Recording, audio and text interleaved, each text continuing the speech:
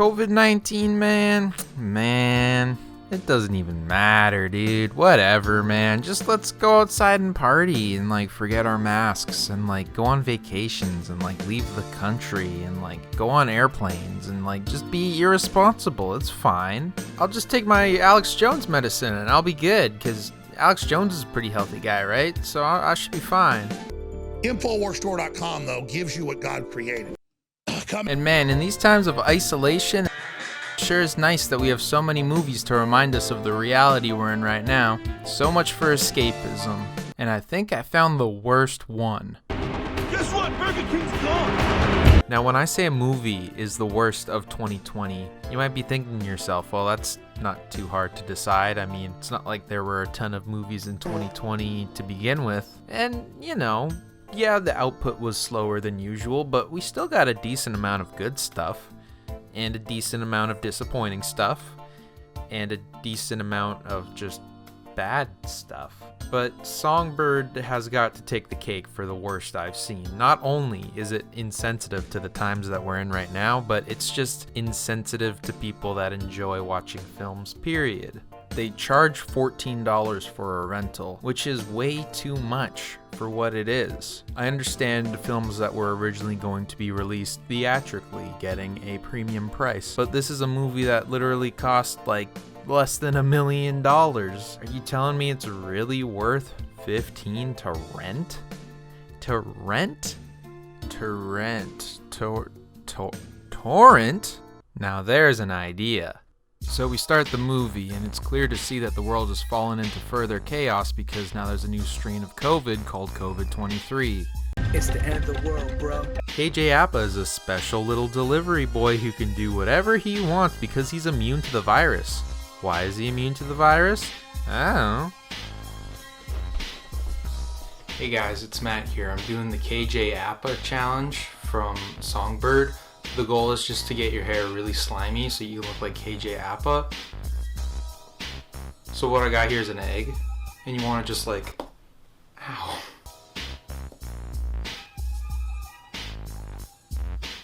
You want to get the egg and you want to just like,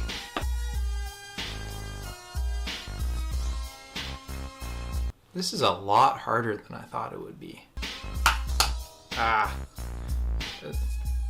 Then you get it all over the floor and you just like that, and then it'll like grease your hair up a lot. All in your hair, dude. You want to make sure it gets all in there. Songbird in theaters December 11th, 2001. And now we're introduced to the Griffins, a rich family that has a child that's immunocompromised. Hope that won't be a problem later. So, KJ Apa loves his girlfriend so much, so he wants to move her out of LA with her mom, I guess. And there's this drone guy that finds KJ Apa for his boss, and this drone guy has a weird crush on this e-girl, and the e-girl takes a liking to him. And it's not really explained why, other than he heard her songs in Afghanistan and now she like wants to video call him. That's not how the internet works, guys. If every female did that, then the world would be just chaos. What's 9 plus 10? And so it's movie night, and the girl's mom gets sick with the Rones, and the COVID squad's here to eliminate them, but nope, it's okay, because it's just, they're taking their neighbor, it's fine. Get rid of them, it's fine. So we switch back to the rich house, and dad's trying to leave for some reason, and mom's like, oh, what are you doing? And he's like, oh, just we need to make money. And it's like, oh, okay, yeah, just go, but remember, our daughter's really sick, and she's immunocompromised, and he's like, yeah, whatever. And so he leaves, and he just like, he fucks this girl. That's all there is to it. He's just horny. That's why he needed to leave the house, because he's horny. Remember the real epidemic here, folks. It's horny. Oh no, the Corona Squad's coming to get her after she failed her test. So KJ Apa, being the young genius that he is, goes to the rich people's house, because it turns out the rich people are so rich because they're dealing illegal immunity passes to people. So he's hoping to get one of these illegal passes to slap on his girlfriend and her mom. Okay. They're like, oh no, how did you know? And it's like, oh, it doesn't matter how I know. And then they're like, okay, go to this address and you'll find this guy. So he goes to this like little homeless den and he finds a crazy knife guy. And the crazy knife guy is the one supplying all the COVID passes. And he's like, oh, what's her name? I need her full name. Full name. Full name. Serious? So because KJ Appa's a stupid idiot, all the SWAT team come and they try to kill him for being a stupid idiot. But it's okay because he finds this like homeless guy and he just starts hitting people. Who is this man? I don't know. Why is he here? I don't know.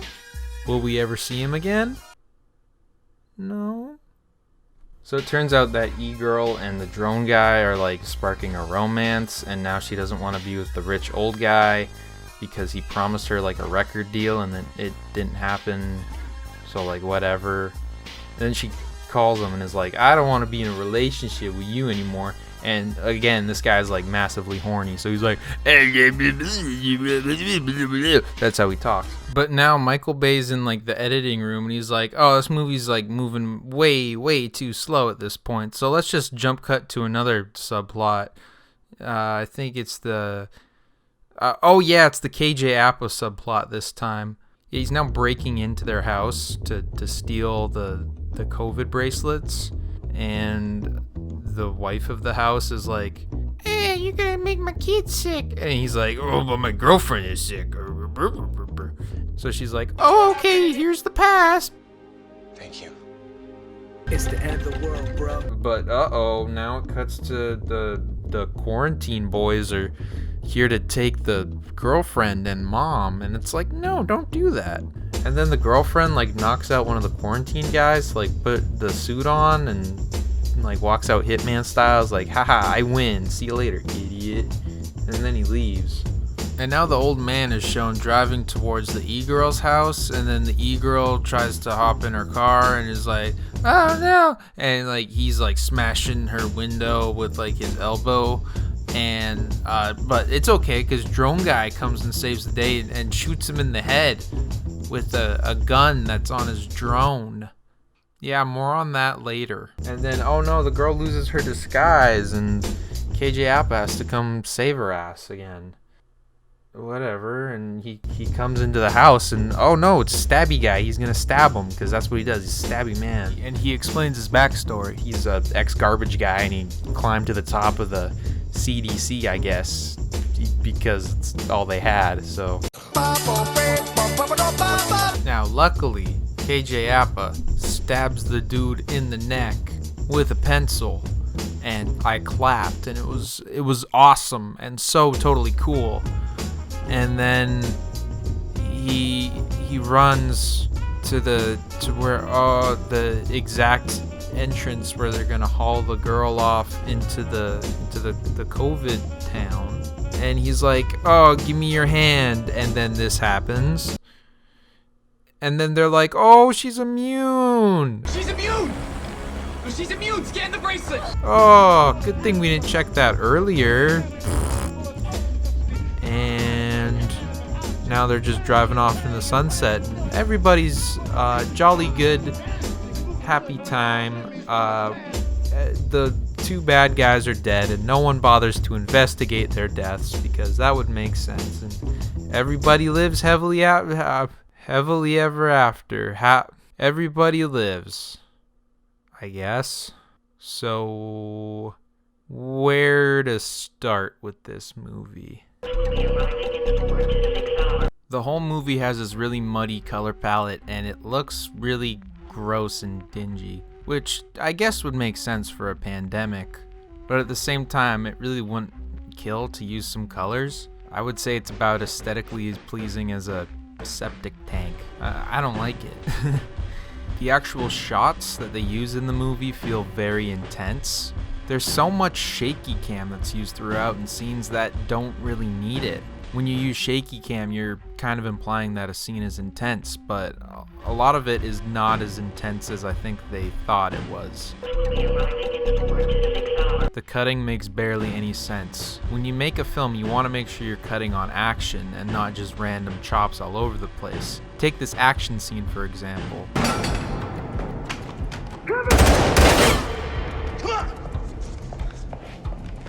It's disgusting.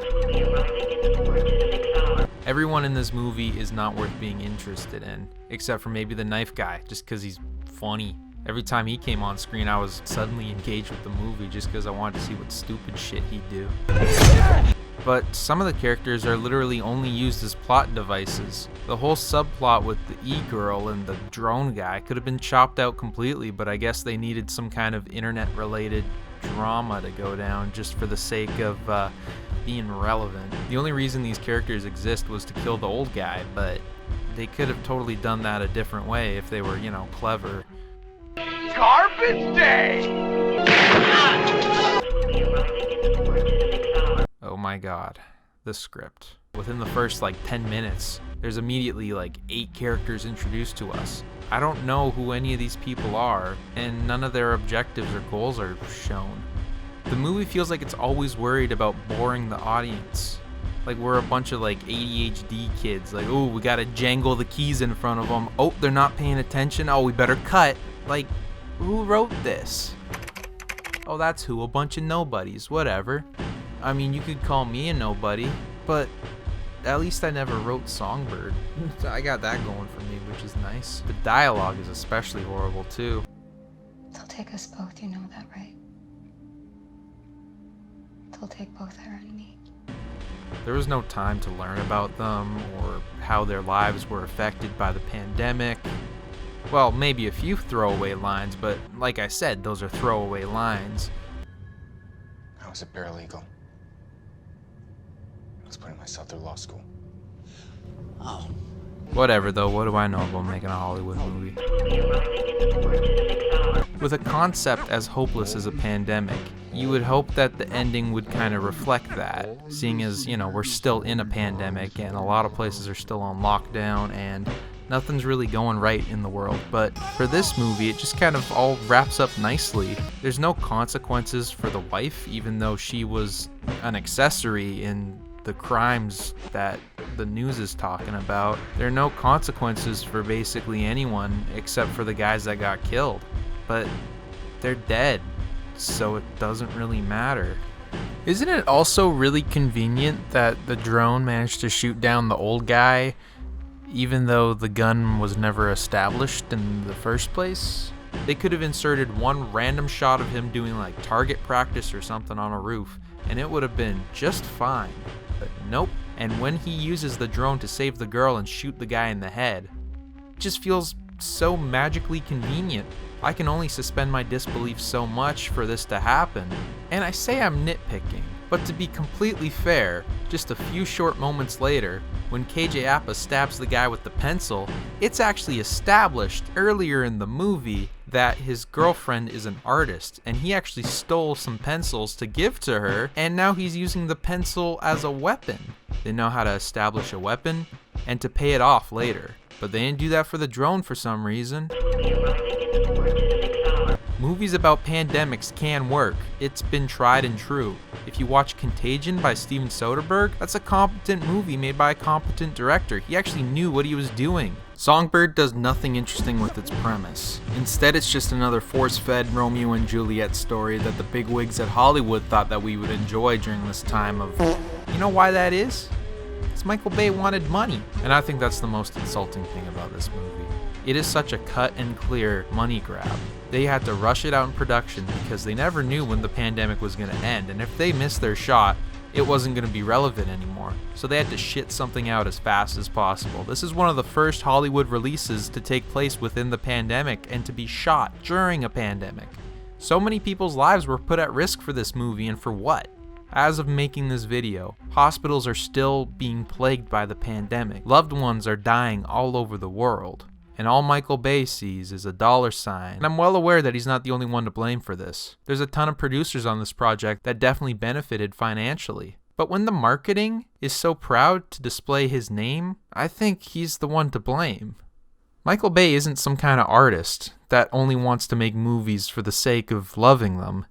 He wants to make movies because they make him a lot of money. He's a bastard